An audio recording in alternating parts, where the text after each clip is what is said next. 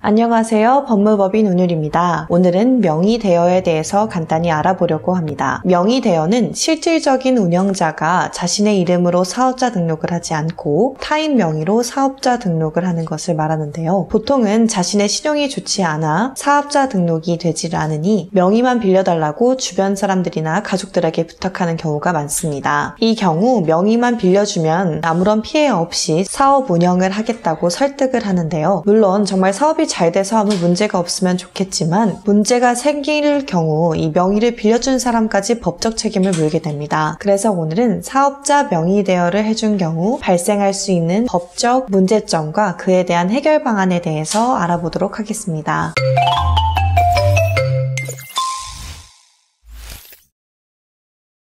명의대여와 관련된 가장 큰 문제는 상법에 따라 명의대여자 역시도 이 법적 책임을 부담한다는 것인데요. 상법 제24조는 타인에게 자신의 성명 또는 상호를 사용하여 영업할 것을 허락한 자는 자기를 영업주로 오인하여 거래한 제3자에 대하여 그 타인과 연대하여 변제할 책임이 있다고 규정하고 있습니다. 그러니까 이 실질 사업자가 거래처에 대하여 미수금이 존재하게 된다면 그 미수금에 대하여 이 명의대여자가 연대하여 책임을 부담하게 된다는 것인데요. 이렇게 영업상 발생하는 이 금전적 채무에 대하여 연대 책임을 하게 됩니다. 또한 나아가서 세금에 대해서도 책임을 부담하게 되는데요. 직원들에 대한 4대 보험이나 종합소득세에 대해서도 명의를 빌려준 사람이 책임을 지게 됩니다. 과세청은 당연하게도 이 사업자를 기준으로 세금을 부과하기 때문에 과세에 대해서도 곧바로 이 명의대여자에게 지급을 요청하게 되는데요. 실사업자가 다행히 꼬박꼬박 세금을 납부하게 되면 다행이지만 그렇지 않을 경우 명의대여자가 이 세금에 대해서 취소소송을 제기하거나 아니면 먼저 납부를 하고 실질 사업자에게 돌려받아야 하는 번거로움이 존재합니다. 그러나 실질 사업자는 이 세금을 낼 수 없을 정도로 자력이 없기 때문에 이 또한 쉽지 않은데요. 결국 명의를 빌려주었다는 이유로 법적 책임을 부담해야 되는 상황에 놓일 수 있으므로 각별히 주의해야 합니다. 그럼 명의대여를 해줄 경우 법적 책임을 피할 수 있는 방법은 없을까요? 그렇지 않습니다. 명의대여라고 하더라도 책임을 피할 수 있는 법리적 방법이 있는데요. 먼저 상법상의 책임을 면하기 위해서는 거래 상대방이 이 명의대여 관계를 알거나 조금만 주의를 기울였다면 알 수 있었다는 점을 주장해야 하는데요. 조금만 주의를 기울였으면 알 수 있었던 상황을 법적 표현으로 중과실이라고 합니다. 일반적인 과실에 비하면 좀 더 엄격한 증명을 요하는 것인데요. 이를 입증하기 위해서 실질 사업자와 거래 당사자와의 관계, 거래 관행, 입금 내역, 계약서 내용 등 많은 요소들을 검토해야 합니다. 한편으로 이 세금에 대해서도 불복 절차를 거쳐야 하는데요. 소득 있는 곳에 과세 있다는 원칙에 따라 실질 사업자가 아니라는 것을 주장 입증하여 과세 대상에서 벗어날 수 있습니다. 이 역시도 실질 사업자와 명의대여 관계라는 점을 입증할 수 있는 서면이나 통화 내용 등이 존재하는지 검토해야 하며 명의만 빌려주었을 뿐 이 사업에 관여한 바가 없다는 점도 주장해야 합니다. 이처럼 명의를 빌려주는 것은 참 쉽지만 이에 따른 법적 불이익에 벗어나는 것은 참으로 어려운데요. 때문에 전문 변호사를 통하여 제대로 된 소송 준비가 필요합니다. 오늘은 명의대여로 인한 법적 책임과 그에 대응하는 방법을 알아보았는데요. 명의대여로 불이익을 받고 있다면 빠른 시일 내에 전문 변호사와 상의하는 것을 추천드리고 싶습니다. 특히 세금의 경우 이를 다툴 수 있는 불복 기간이 정해져 있으므로 각별히 주의해야 합니다. 저희는 다음 시간에 더 보다 유익한 정보로 돌아오겠습니다.